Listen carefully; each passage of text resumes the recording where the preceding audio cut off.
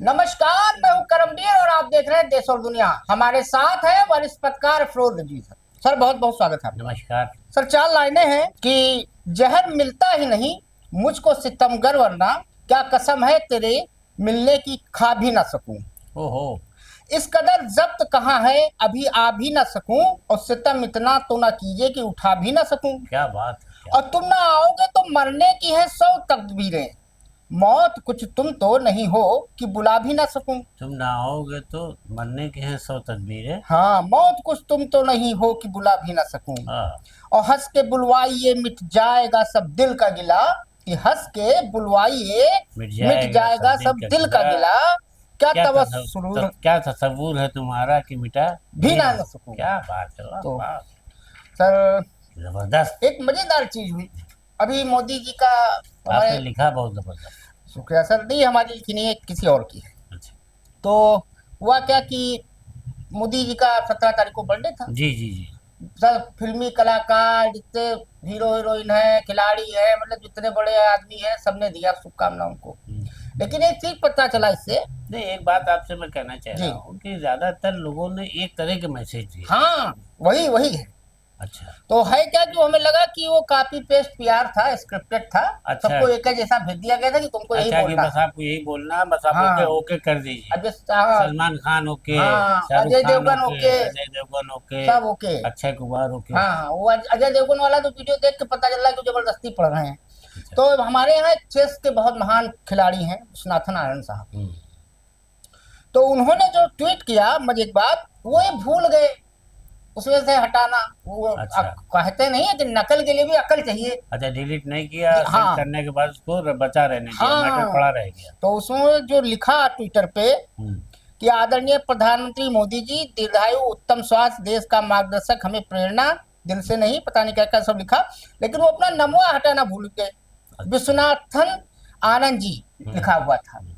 वो भूल गए वो। उसी से ये बात लीक हो गई हाँ कि एक मैसेज जो है वो बनाया गया था बनाया गया और था। सबको सेंड किया गया कि आप जो है हाँ, प्रधानमंत्री के जन्मदिन पर यही यही मुबारकबाद यही यही दीजिए। इन्हीं शब्दों के हाँ। द्वारा माध्यम से आप जो है उनको अपने हम्म, वो पेश करिए। अब एक चीज और इंटरेस्टिंग हमने फिर निकाला हम्म। कि मोदी जी का इंडिया टुडे ने एक वो निकाला कि मोदी जी जो है केक नहीं काटते हैं बर्थडे पे। अच्छा, हाँ, क्या उसमें उसमें निकला। अंडा होता है इसलिए? अब नहीं पता नहीं, मतलब वो पैसा पैसा नहीं बर्बाद करते हैं ओह, केक काटने पे। ये तो उनका मानना है। ये तो बहुत सही बात है कि गरीबों को हाँ ये संदेश देना कि देखो हम केक भी नहीं काटते। हाँ, कि वो केक वोक नहीं काटते हैं। तो हमने निकाला हम्म। कि मामला है क्या ये।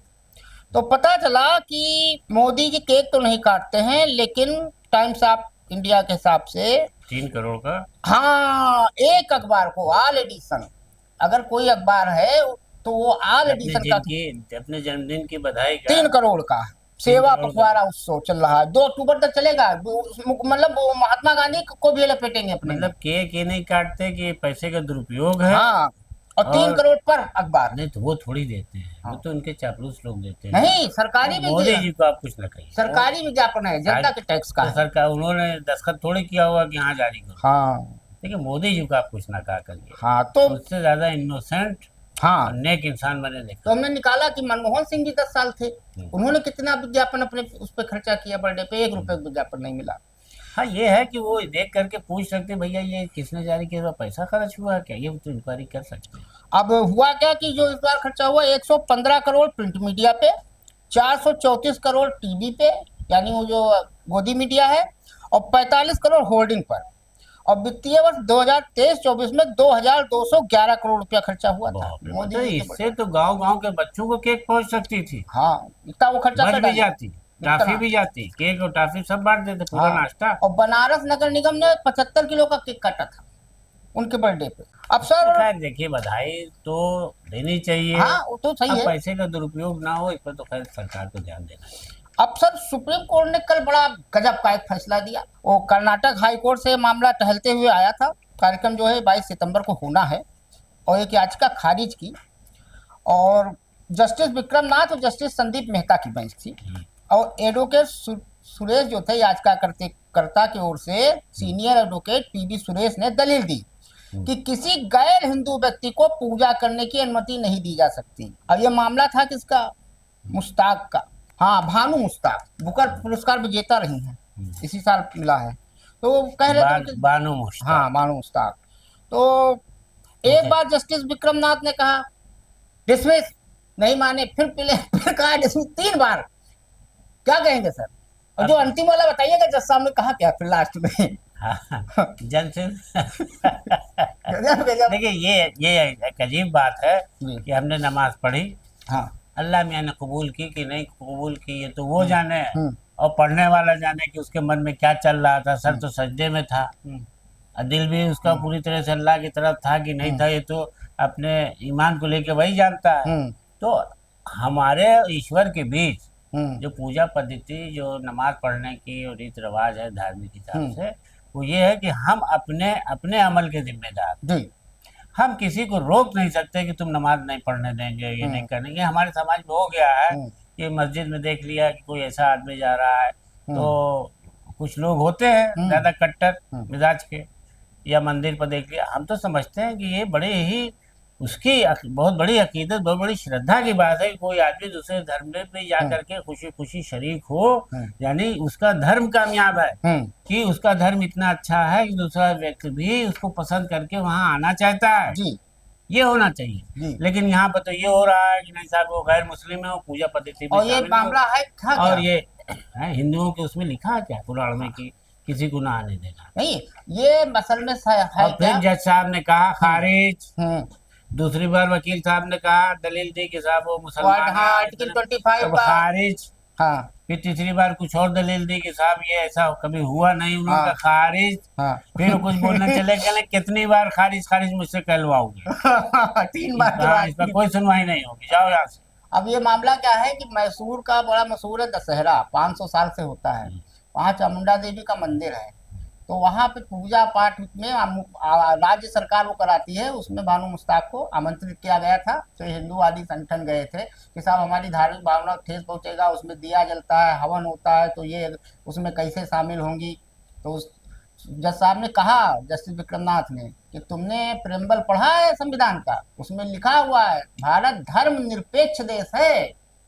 तब उनको समझ में आया, खैर खारिज हो गया। हाँ, धर्म की प्रस्तावना समझा दी, समझाई उन्होंने, पहले ही शब्द में लिखा है कि धर्म। हाँ, तो ये मामला था। धर्म सापेक्ष तो वो लोग होते जा रहे हैं जो इसकी रोटी, इस पर रोटी चला रहे हैं। जी। अब एक इससे जुड़ा एक उदाहरण मैं दे रहा हूँ। उत्तर प्रदेश में बहराइच जिला है, अभी पिछले दिनों दंगा उंगा भी हुआ था गणेश विसर्जन को लेकर। तो वहाँ पे जंगली जानवरों का हमला और बहुत होता है सर। एक मोहम्मद अली साहब, महबूब अली है, हाँ मोहम्मद अली है, 58 साल के हैं। तो वो एक हिंदू मंदिर का प्रबंधन करने वाले ट्रस्ट के केयर टेकर और अध्यक्ष के रूप में अपनी सेवाएं 18 साल से दे रहे हैं। और मामला जिला मुख्यालय से 27 किलोमीटर दूर जैतापुर बाजार का है। वहाँ पे एक मंदिर है, वृद्ध मातेश्वरी माता घुर देवी मंदिर। क्या रीजन था सर, इनको बताइए। ये जो है, ये मोहम्मद अली जो है, ये बताते हैं कि बचपन में जब मैं छोटा था तो मुझे लेकोडर्मा, जो इसमें सफेद दाग आने लगते हैं चेहरे पर, तो उन्होंने बताया कि मेरी आंखें सफेद हो गई थी। तो मेरी माँ जो थी मुझे कौन माता मंदिर ले गई, और वहाँ से मुझको उससे स्पर्श कराया, और वहाँ से ही जल लेकर के मेरी जो आँख में लगाया, तो मैं ठीक होने लगा। तो उसके बाद से मेरी यहाँ से अकीदत बढ़ गई, आस्था बढ़ गई, वही आरती भी करते हैं और उसके बाद से हमारा परिवार जो है इस बात को मानने लगा कि यहाँ से भी जो हमको जो है पूरी जो शिफा मिली है, जो हमारा मर्ज ठीक हुआ है, जो हमारी याचना को देवी ने सुना, तो उनकी श्रद्धा उसमें बढ़ गई। तो तब से वो इसको कर रहे हैं। और नमाज भी पढ़ते हैं। नहीं, मजे की बात ये है कि वो अपने धर्म को मोहम्मद अली होने के नाते वो अपने पूरे दीन इस्लाम पर भी चलते हैं, और इसका भी देखते हैं, और आज तक उनका कोई मुखालफत भी नहीं हुई, क्योंकि उन्होंने जो अपना ये मिरेकिल चमत्कार बताया कि मेरे साथ ये हो गया था, और हमको इस मंदिर से ये शिफा मिली है, ये चमत्कार मिला है।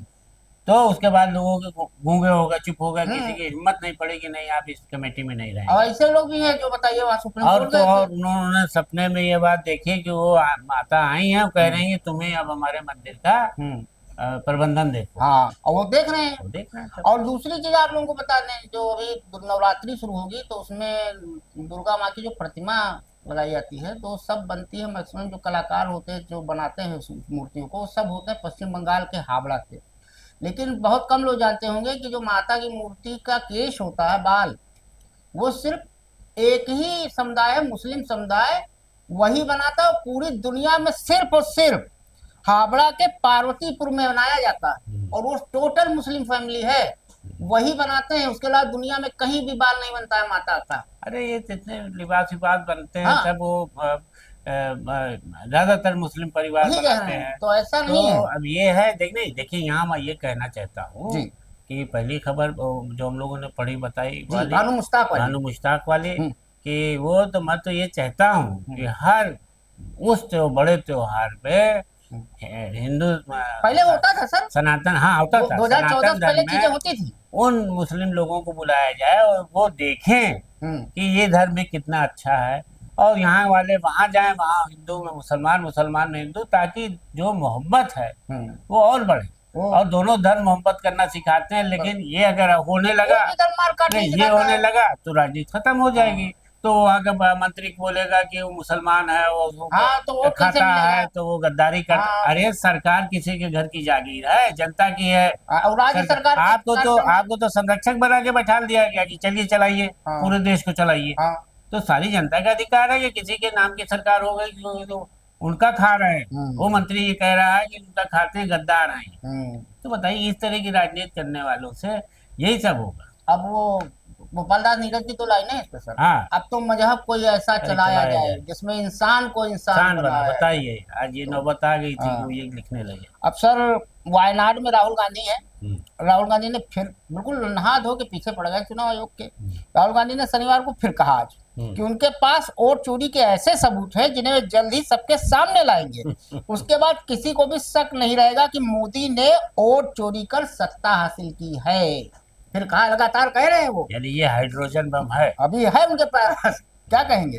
अब देखिए ये परेशान तो बीजेपी हाँ, है सर। ये तो है कि उन्होंने, हाँ। राहुल गांधी ने अब लगातार हम्म, लगातार ये मोर्चा खोल करके वोट चोरी का, हम्म, और रोज कुछ ना कुछ ऐसा रहस्य उद्घाटन किया है जिससे जनता जो है उसका स्वागत करने लगी है धीरे धीरे। हम्म, और जनता चुप भी है अभी, हम्म, किसी की वकालत में बोल नहीं रही है कि राहुल गांधी ही चोर है, या जो नारा लगवा दे कि गलत है और ये है वो, ये सिवाय इक्का दुक्का लोगों हम्म। वोट चोरी को लेकर के अभी राहुल गांधी के खिलाफ लोग नहीं खड़े हो रहे हैं।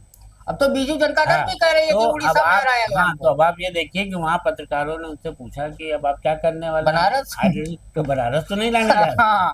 तो उन्होंने ये कहा कि ये सब काम आप लोगों का है, आप अपनी कयास आराई कराइए हम्म, कि बनारस का हम ला रहे हैं कि कहाँ का ला रहे हैं, हाँ, लेकिन लाऊंगा, लाऊंगा। और सबूत के साथ लाऊंगा, और भले देर लगे। हाँ, मैं लाएंगे। हमारी पार्टी कोई भी मुद्दा बगैर सबूत के नहीं था। हाँ। अब सर हमारे दोस्त लग रहा, ट्रम्प ताऊ कभी कभी दुलार पुचकार भी देते हैं, कभी कोई ऐसा जोर का झटका देते हैं धीरे से। अब अमेरिका ने B1H वीजा जो है उसकी फीस बढ़ा दी है। उस पर राहुल गांधी ने निशाना साधा है। लिखा कि भारत के पास कमजोर प्रधानमंत्री है। राहुल ने 2017 का पोस्ट फिर से शेयर किया। उस वक्त भी उन्होंने मोदी पर आरोप लगाया था कि पीएम ने H1B वीजा पर अमेरिका से बात नहीं की थी। क्या कहेंगे सर। अब सर पहले 6 लाख रुपए में मिलता था ये वीजा, 1 से 6 लाख, हाँ 1 से 6 लाख, अब करीब 88 लाख रुपया, मतलब 1 लाख डॉलर। डॉलर बढ़ाया। बताइए, 1 लाख डॉलर बढ़ाने से अब ये होगा हाँ, कि जो स्पॉन्सर करके लोग बुला लेते थे पढ़े लिखे और लड़कों 3 को, साल होता है खाली ये। हाँ बड़ी हाँ। बड़ी कंपनियां हायर करती हम्म, थी, नौकरी में अपना वीजा भेजती थी, हम्म, तो अब तो रोजगार के अवसर भी चले जाएंगे। हम्म। और अमेरिका ने मतलब ऐसा किया है कि भारत की तो कमर ही टूट जाएगी। हाँ, H1B वीजा इतना महंगा। तो लोग 88 लाख कहाँ से दे पाएगा। आपको अगर मान लीजिए कोई कंपनी वहाँ बुला रही है आपकी योग्यता पर, इंजीनियर हैं, डॉक्टर हैं, हाँ। आप कुछ भी हाँ, है, ज्यादातर माइक्रोसॉफ्ट वगैरह है, अमेजॉन है। माइक्रोसॉफ्ट इंजीनियर हैं, कुछ भी हैं आप, MBA है, कुछ हैं, तो मान लीजिए कि वो कंपनी आपको बुला रही तो इतना आप पर इन्वेस्ट नहीं करेगी, वो $1 लाख का आपको वीजा नहीं देगी। और जो हमारी ये प्राइवेट कंपनियां भेजती थी, अमेजोन और दूसरी दूसरी कंपनियां, अब वीजे पर यहाँ से लोगों को बाहर, हाँ। तो उनके लिए भी मुश्किल हो और 2 लाख जाएगी। लोग प्रभावित होंगे और इससे दो सब। लाख प्रभावित हो जाएंगे। तो इस तरीके से पता नहीं, अब हमारे समझ में नहीं आ रहा, दोस्त दोस्त ना रहा, प्यार प्यार ना रहा, पता नहीं क्या हो गया, क्या समझ हो में नहीं रहा आ रहा। है कि रोज एक मुद्दा वो छोड़ देता है। अब तो कुछ नहीं, वीजे पे आ गया, पहले हाँ। कहा निकालूंगा तो निकाल दिया सबको वहां से, हम्म। हथकड़ी बेड़ी लगा के, अब वीजे पे पाबंदी लगा दी। और वो ट्रम्प कह रहे हैं कि भाई देखो ऐसा है कि हम ये इसलिए कर रहे हैं क्योंकि हमारे देश में बेरोजगारी ज्यादा हो गई हाँ है, हाँ। रोजगार है नहीं, इसलिए मैं बाहरी लोगों को नहीं, नहीं सिर्फ बुलाऊंगा। उन्हीं जगह लोगों को वीजा वो हाँ। देंगे कि जो काम वो नहीं कर सकता अमेरिकन, हाँ वही काम करो। वो वीजा वो देंगे। अब सर पाकिस्तान आजकल बहुत, उसकी डिप्लोमेसी बहुत सॉलिड चल रही है। अब पाकिस्तान और सऊदीया में जो पिछले दिनों डील हुई थी, रक्षा समझौता, उसमें उसने कहा कि हम भैया परमाणु टेक्नोलॉजी भी दे देंगे। अब इससे बहुत बड़ा एक चिंता भी दुनिया में हुई है भारत के लिए। तो अमेरिका के भू राजनीतिक विश्लेषक और यूरेशिया ग्रुप के चेयरमैन इयान ब्रेमन ने इंडिया टुडे के साथ एक इंटरव्यू में बात कही है कि यह समझौता न केवल इस्लामाबाद को मजबूत करेगा बल्कि नई दिल्ली के सुरक्षा समीकरणों को भी बदल देगा। हमारे पता नहीं कहाँ विदेश नीति का हो रही है, सो रहे हैं कहाँ जैसे शंकर प्रसाद, पता नहीं है क्या कहेंगे सर। तो देखिए, ये तो बात है कि पहले पाकिस्तान ने अमेरिका को खुश किया, हम्म। क्रिप्टो करेंसी वाले मामले में उसने जो है आपके ट्रम्प के परिवार के लोग को हाँ काफी इन्वेस्ट बिटकॉइन। कराया बिटकॉइन वाले में। हाँ। तो अब ये देखिए कि वो चाइना से भी उसके अच्छे संबंध चाइना हैं। से, अब उसने चाइना से भी संबंध मजबूत कर लिए, अब बांग्लादेश से भी कर रहा और है। बांग्लादेश से कर रहा है, उससे भी बड़ी लंबी बातचीत उसकी है। और श्रीलंका अब को भी बेचता है हथियार सबको, वो। हाँ। अब देखिए, उसने नया सीन क्रिएट किया कि उससे सऊदी अरब से हाँ। रक्षा समझौता कर लिया। हाँ और अब नाटो की बताइए, तरह कर लिया कि नाटो, जैसे कि अगर हमारे ऊपर हमला होगा माना जाएगा सऊदी पर हमला हो गया। हाँ, तो दोनों मिल करके जो है हाँ। लड़ेंगे। तो सऊदी अरब के पास पैसा तो बहुत है, हाँ। पेट्रो डॉलर है, हाँ। और इसको दिया भी, बहुत पैसा दिया है हम्म। पाकिस्तान को, इसका कर्ज माफ कर दिया है। हम्म। लेकिन उसके जो है परमाणु हथियार को अपने हक में इस्तेमाल करने के लिए रास्ता अब उसने वो भी परमाणु संपन्न बना देश हो लिया गया। है। तो ये थोड़ा सा जो है जरूर हमारे मुल्क के लिए, भारत के लिए एक थोड़ा सा अपनी डिप्लोमेसी जो है, हमारी जो कूटनीतिक वो क्षेत्र है, उसमें हमको थोड़ा सा सोचना पड़ेगा। और वो हथियार भी बेचता ये है। देखिए, अभी पिछले दिनों जो ऑपरेशन सिंदूर हुआ है, तो उसमें ये खुली खुली शब्दों में राहुल गांधी ने कहा, बहुत से लोगों ने कहा कि अमेरिका लड़ा है, अमेरिका शुरू से पाकिस्तान के लिए पीछे खड़ा रहा है, कोई इसका ना 42-43 बार ट्रम्प कह चुके हैं। हाँ। तो ये चीजें हैं कि अब ये रक्षा समझौता जो सऊदी अरब और पाकिस्तान के बीच हुआ है, ये चिंता बढ़ाने वाला है भारत के लिए। हमारे किसी से पड़ोसी से संबंध हमें अच्छे हैं हमें नहीं। हमें अपने कूटनीतिक, देखिए अभी तो कल वो गए, बोल पड़े राजनाथ सिंह जी का, हाँ, अरे वो तो हर वक्त उनका ही आता है कि हम हर क्षेत्र में लड़ने को तैयार हैं, हमारे सब हथियार तैयार हैं, मजबूत है। राजनाथ सिंह तो मतलब जैसे लगता है कि हाँ बिल्कुल, वो हमेशा नींबू हमेशा, हाँ नींबू बिल्कुल, वाले आदमी है बहुत ना, वो कूल डाल कूल के नीचे बहा रखे बैठे थे। रहते हैं। बयान उनका आ गया कि हर क्षेत्र में हम सक्षम हैं, और ये है वो है। लेकिन बहरहाल, अब देखिए, इस पर तो अमेरिका के ही विश्लेषक की बात कह रहे हैं कि भारत के लिए चिंता बढ़ाने वाली बात है। अब एक मजेदार खबर है, उत्तर प्रदेश के महोबा में आवारा कुत्तों के काटने की घटनाएं बढ़ रही हैं। इसके बाद अब इन पर नकेल कसने की तैयारी की जा रही है। नगर पालिका ने एनिमल बर्थ कंट्रोल सेंटर बनाया है और वहाँ कुत्तों को आजीवन कारावास की सजा दी जाएगी। सर ये बड़ा इंटरेस्टिंग मामला है। जो कुत्ता 2 बार काटेगा उसको तो लाइफ टाइम आजीवन कारावास है, और जो 1 बार काटेगा उसको कुछ दिन रखेंगे, सुधरेगा सुधरेगा, नहीं तो फिर जाओ। अरे 13 लोग कुत्ता औसतन हर रोज काट रहा है वहां पर। नहीं, देखिए, जब कुत्ता न्यूसेंस मुसीबत करेगा, आखिर कहा जाता है ना, और सुप्रीम कोर्ट का वो आदेश अलग मुसीबत है कि जब कोई चीज होती है, कोई अंग नहीं करता तो उसको काटना पड़ता है। अब देखिए, कुत्ते के लिए सुप्रीम कोर्ट ने भी ऑर्डर किया, लेकिन उसको लेके लोग मानवीय दृष्टिकोण से आए, सही भी आए, कोई ठीक है बात।